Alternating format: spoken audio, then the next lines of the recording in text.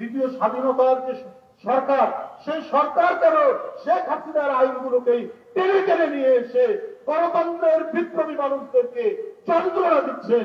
এইটা আজকে গোটা জাতির আজকে 13,000 কোটি টাকার বাজেট ছিল বিদ্যুৎ খাতে, 20,000 কোটি টাকা লোপাট হলো কি করে? সেদিন থেকে মঈনুদ্দিন চুপ, কিন্তু শেখ হাসিনা তো পার তো আক্রোশ তো পাবেনি।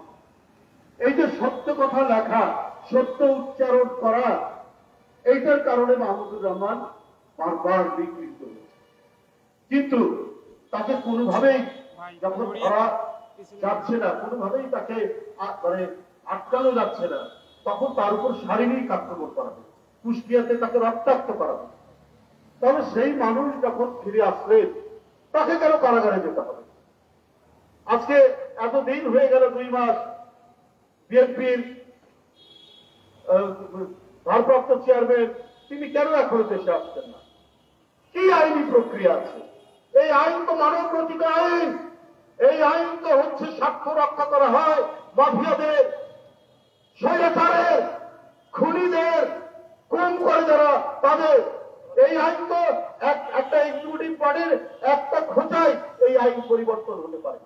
তাহলে আপনারা কি কোথাও ভয় পাচ্ছেন, নাকি আপনাদেরকে কেউ নির্দেশ দিচ্ছে কোনো জায়গা থেকে যে আপনারা এর বাইরে যাবেন না, এইভাবে আপনারা কাজ করবেন, আপনারা দেশটা তারেক রহমান যেন ফিরতে না পারে সেই ব্যবস্থার জন্য আপনারা এই কাজগুলো করুন? এগুলো পরিবর্তন করা যাবে না, যেভাবে মাহমুদুর রহমান সাহেবকে কারাগারে দিয়ে যাবে। বন্ধুরা আমার, এই পরিস্থিতি তো আমরা এই সরকারের কাছ থেকে আশা করতে পারি না। এত আত্মদান, এই কয়দিন আগের হিসাবেই তো প্রায় 1,500-এর বেশি ছাত্র জনতা যেখানে জীবন দিল, এত অন্ধ হয়ে গেছে গুলি লেগে, এত পা খোড়া হয়ে গেছে, হাত ভেঙে গেছে, তারপরেও যদি এই বিপ্লবী সরকার বলে যেটা দাবি করা হয়, দ্বিতীয় স্বাধীনতার যে সরকার, সেই সরকার কেন শেখ হাসিনার আইনগুলোকেই টেনে টেনে নিয়ে এসে গণতন্ত্রের বিপ্লবী মানুষদেরকে যন্ত্রণা দিচ্ছেন? এইটা আজকে গোটা জাতির আজকে প্রশংসা। আমরা এমন একটি সরকার দেখতে চাই যে সরকার সত্যিকার অর্থে জনগণের সরকার, এবং এই জনগণের সরকার, জনগণের সেন্টিমেন্ট বুঝেই তো আপনাদেরকে কাজ করতে হবে।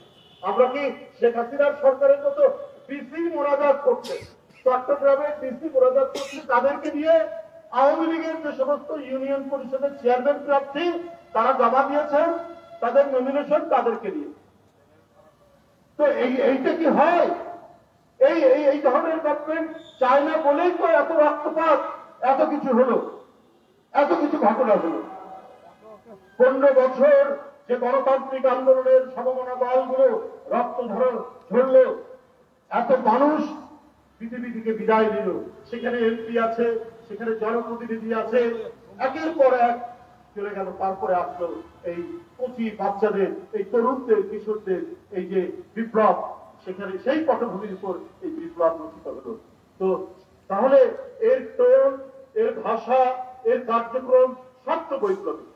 আজকে ঘাটতি বেড়ে থাকা যে সমস্ত শেখ হাসিনার দোসর প্রশাসনে, পুলিশে, প্রত্যেকটি জায়গায় তারা বিভ্রান্ত তৈরি করার চেষ্টা করছে। আপনার পুলিশ দাঁড়িয়ে থাকে, পুলিশের সামনে মার্ডার হয় কি করে? কি করে এই মার্ডারটা হয়? তাহলে অন্তর্বর্তীকালীন সরকারকে আমরা, এটা তো তাদের উপরই তো এই দায়িত্ব বর্তায়।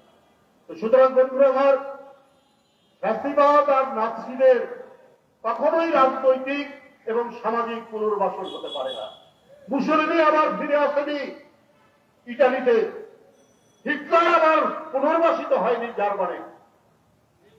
সুতরাং কোনোভাবেই মাফিয়া, নাৎসি, ফ্যাসিস্টদের পুনর্বাসন বাংলাদেশে হবে না। একটি নতুন বাংলাদেশ, একটি বৈপ্লবিক বাংলাদেশ, একটি গণতান্ত্রিক বাংলাদেশ, একটি আইনের শাসনের বাংলাদেশ, একটি বিচার বিভাগের স্বাধীনতার বাংলাদেশ, সেই সুন্দর স্বপ্নময় বাংলাদেশ প্রতিষ্ঠা হবে।